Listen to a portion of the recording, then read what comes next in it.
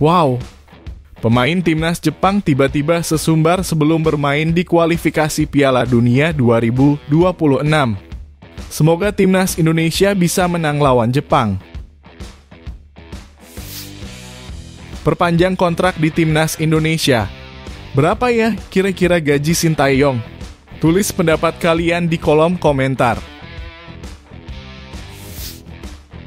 Ketua Umum PSSI cek pembangunan training center di IKN. Timnas Putri Indonesia kedatangan pemain keturunan Amerika Serikat. Jelang lawan Australia, timnas Indonesia punya keuntungan. Keuntungan apa itu? Simak beritanya hingga selesai.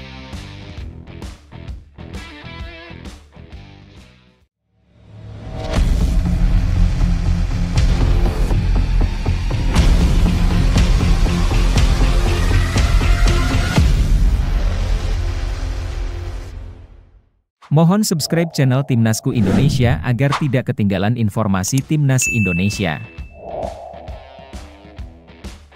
Gaji Sintayong usai perpanjang kontrak dengan Timnas Indonesia.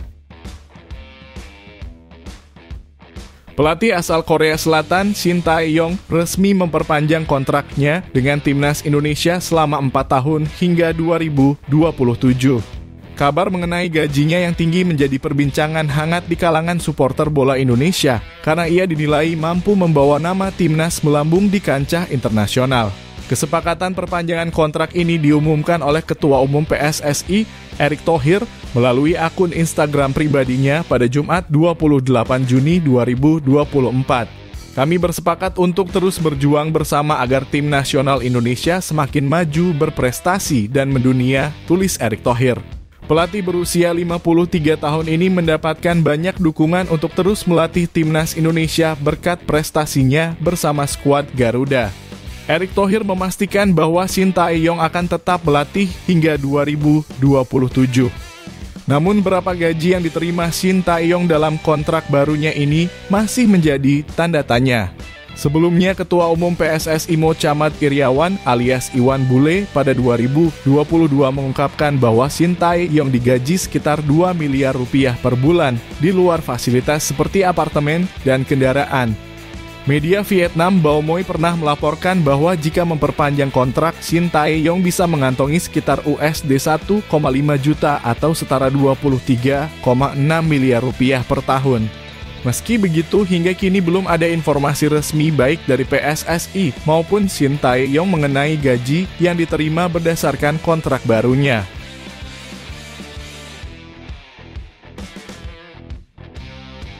Pemain Jepang sesumbar di kualifikasi Piala Dunia 2026.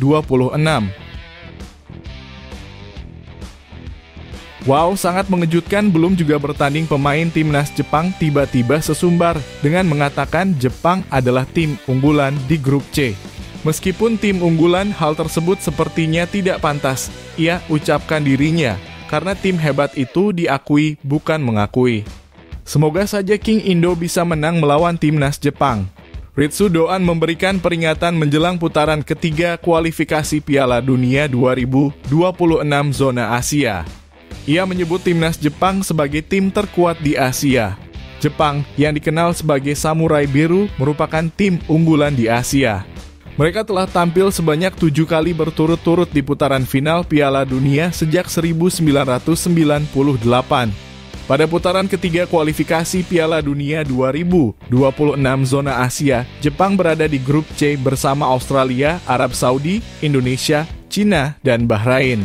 Mereka diprediksi tidak akan kesulitan untuk bersaing memperebutkan posisi 2 teratas dan melaju ke putaran final Piala Dunia. Melihat hasil undian, Doan mengakui bahwa Jepang masuk ke grup yang sulit. Namun ia ingin timnya mempersiapkan diri dengan baik untuk mengatasi kekecewaan di Piala Asia 2023. Saya merasa kami berada di grup yang sulit, dan kami harus mempersiapkan diri dengan baik untuk mengatasi segala kekecewaan di Piala Asia, kata Doan. Dikutip dari Soccer King pada Senin 1 Juli 2024. Jepang sempat diunggulkan menjadi juara Piala Asia 2023 setelah membuat kejutan di Piala Dunia 2022 dengan mengalahkan Jerman dan Spanyol di fase grup. Namun mereka kalah 1-2 dari Iran di perempat final dan harus menunda mimpi menjadi juara Asia yang terakhir kali dirasakan pada 2011.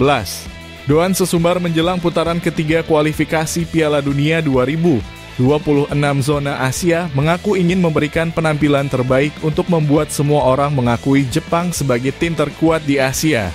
Saya ingin melakukan yang terbaik untuk membuat semua orang berpikir kami adalah yang terkuat di Asia, tegasnya. Doan juga ingin membuat timnas Indonesia mengingat kembali kekalahan di Piala Asia 2023, di mana ia mencetak 1 gol dalam kemenangan 3-1 atas skuad Garuda pada fase grup.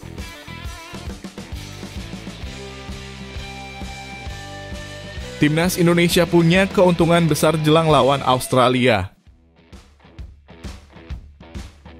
Timnas Indonesia U16 mendapatkan keuntungan besar ketika menghadapi Australia di semifinal Piala AFF U16 2024.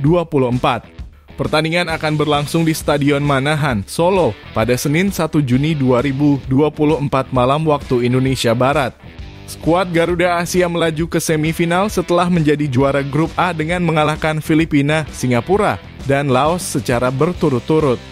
Meskipun Australia merupakan lawan yang kuat, timnas Indonesia U16 memiliki beberapa keuntungan sebagai tuan rumah dan juga mendapat waktu istirahat lebih lama. Pertandingan terakhir timnas Indonesia U16 adalah pada Kamis 27 Juni 2024 saat mereka mengalahkan Laos dengan skor 6-1. Sementara itu Australia baru bermain pada Sabtu 29 Juni 2024 hanya 2 hari sebelum menghadapi Indonesia. Perbedaan waktu istirahat ini bisa menjadi keuntungan bagi skuad Garuda Asia. Namun pelatih Nova Arianto tidak sepenuhnya setuju. Ia mengakui bahwa Australia sudah mempersiapkan diri dengan baik. Pelatih Australia, Brad Maloney, menyimpan pemain inti mereka pada pertandingan terakhir melawan Timor Leste yang dimenangkan dengan skor 12-0. Dengan jumlah hari recovery yang lebih lama pasti menguntungkan kita, kata Nova Arianto dalam konferensi pers jelang laga pada Minggu 30 Juni 2024.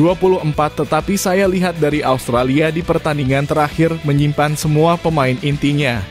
Jadi secara kondisi pasti akan berbeda, tetapi tidak akan berbeda jauh. Australia memiliki keuntungan dari postur tubuh pemain yang lebih tinggi yang diakui Nova Arianto sebagai hal yang perlu diwaspadai. Namun itu bukan satu-satunya keunggulan Australia. Mereka juga memiliki permainan yang bagus. Selain dari segi fisik, Australia bermain sangat baik dan saya sangat mewaspadai tim Australia, tandas Nova. Harapannya pemain bisa lebih fokus lagi agar di pertandingan besok kita bisa meraih hasil yang terbaik, pungkasnya.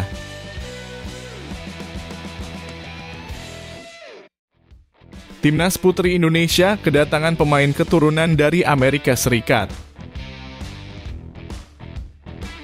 Timnas Putri Indonesia akan segera kedatangan pemain keturunan baru dari Amerika Serikat, Sydney Hopper. Saat ini, Sydney bermain sebagai gelandang serang di klub sepak bola wanita Dallas Baptist University (DBU). Menurut unggahan di akun Instagramnya, Sydney direkrut DBU pada 6 Maret 2024. Selain itu, dari akun tersebut juga diketahui bahwa Sydney telah mendapatkan panggilan dari PSSI untuk menjalani trial seperti yang dilakukan oleh Stella Lopati dan Noah Leotomo. Selamat mengikuti pengujian timnas wanita Indonesia, tulis unggahan tersebut. Sydney pun menyambut panggilan ini dengan antusias. Sebuah kehormatan untuk panggilan tersebut, tulisnya disertai 3 emotikon tangan bertangkup.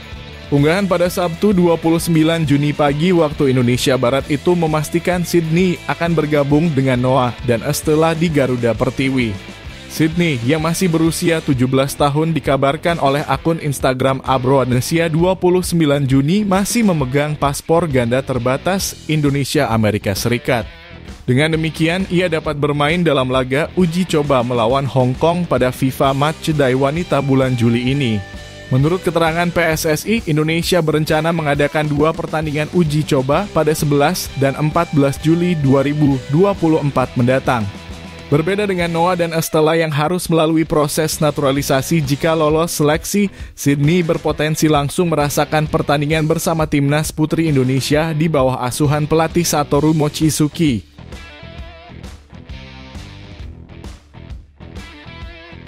Ketua Umum PSSI cek pembangunan training center di IKN.